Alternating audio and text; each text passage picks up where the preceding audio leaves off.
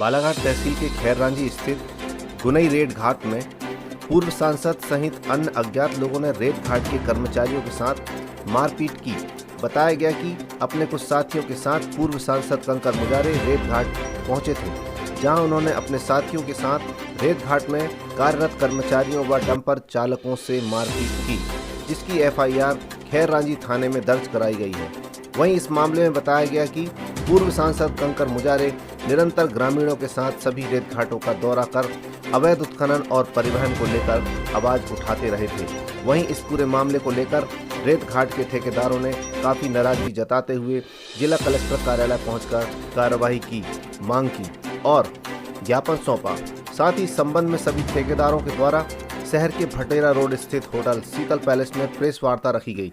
वो सारे लोग इकट्ठे होकर शासन के राजस्व का नुकसान पहुंचाने के लिए हम पर तरह तरह के दबाव बनाकर इस तरह की नेतागिरी कर रहे हैं, गुंडागर्दी कर रहे हैं। ऐसे लोगों के खिलाफ शासन से मांग करते हैं कि सख्त से सख्त कार्रवाई की जाए, अन्यथा मजबूर होकर हमें रेत के घाट सरेंडर करने पड़ेंगे, जिसकी जवाबदेही शासन और प्रशासन की होगी।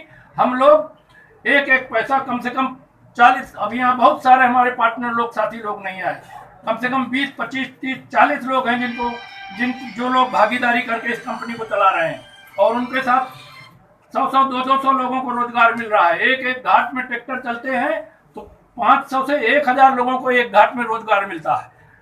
कल की मुझे जानकारी है कि हमारे कुछ लोगों को फोन आया था मगरदर्रा से, वहां के सारे लोग जो है इस बात पे खफा हैं कि आखिर आप हमारा रोजगार क्यों छीन रहे हो। कंपनी हमको, रेत घाट की कंपनी रोजगार देना चाहती है और हम एक नंबर का काम करना चाहते हैं। वो जो चोरी कर रहे थे समनापुर में बैठ के, उनको लेके आप हमारे ऊपर एक नंबर का काम करने वालों के ऊपर दबाव डालने क्यों आ रहे हो। ये सारी चीजें उन्होंने कही और बाद में मुझे पता चली कि इस तरह की बात गांव-गांव से उठ रही है कि हमको इस समय रोजगार की सख्त जरूरत है। कोरोना के चलते करीब 1 लाख लेबर हमारे जिले के वापस आ चुके। डेप्थ नहीं है तो नर्मदा जी को छोड़ के सभी नदियों में परमिशन के साथ मशीन अलाउ की गई है। हमने भी 20 तारीख को मशीन का परमिशन लिया रैम बनाने के लिए।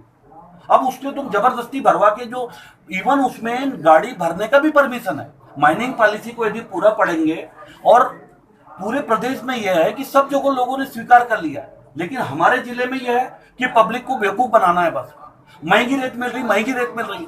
आप यहाँ से तुमसर चल जाओ, भंडारा चल जाओ, सिवनी चले जाओ, मंडला चले जाओ, कहीं पे भी 4000 रुपए से नीचे ट्रैक्टर मिल रहा होगा। हमारा खुला चैलेंज है कि 25 लाख रुपए हम दे देंगे यदि बालाघाट से सस्ती रेत पूरे देश में कहीं दे दोगे। आप लीगल रेट की बात कर रहा हूं मैं। 1200 रुपए रॉयल्टी के साथ हम 1800, 2000 में छोड़ दे रहे हैं। आप जनता में भ्रम क्यों फैला रहे हो? आप जनता को बोल रहे हो तुम्हारे गाँव का हम रेत उठा के ले जा रहे हैं। आप लोग, सब लोग को मालूम है गाँव की रेत होती है। कोई बोल देगा कि तुम्हारे गाँव का मैग्नीज है पौनिया का, ये क्यों दिल्ली जा रहा है, क्यों बाहर जा रहा है। ये शासन का राजस्व है।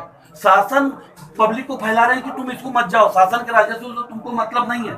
हमने वो चंद्रकुआ टुइया पार में हमारा घाट चल रहा है, मैं पूरे गांव वालों के बीच में बैठा, वहां उनको नहीं बोले हम नहीं ले जाने देंगे। हमको कंकर मुजारे जी ने बोला है कि तुम्हारे गांव की रेत नहीं जाना चाहिए, ये तुम्हारे गांव की, तुम्हारे काम की है। मैंने पूछा, ये एक डंपर निकला, इससे शासन को 4000 रुपए मिल रहा है। यदि ये शासन को पैसा नहीं जाएगा तो आपको फिर फ्री में चावल कहां से मिलेगा, गेहूं कहां से मिलेगा, ये रोड कहां से बनेगी।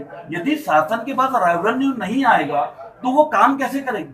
तो ये एक प्रकार से मुझे लगता है ये तो शासन के द्रोही लोग हो रहे हैं, जो पब्लिक में गलत बातें फैला के उनको विद्रोही बना रहे हैं। ये कुल मिला के पूरी लड़ाई है रेत चोरी की। इसके आप लोग डिप्थ में जाओगे तो कहीं ना कहीं इस टाइप के जो आंदोलन है, इस टाइप के दौरे हैं, इनको रेत चोरी फाइनेंस कर रहे हैं।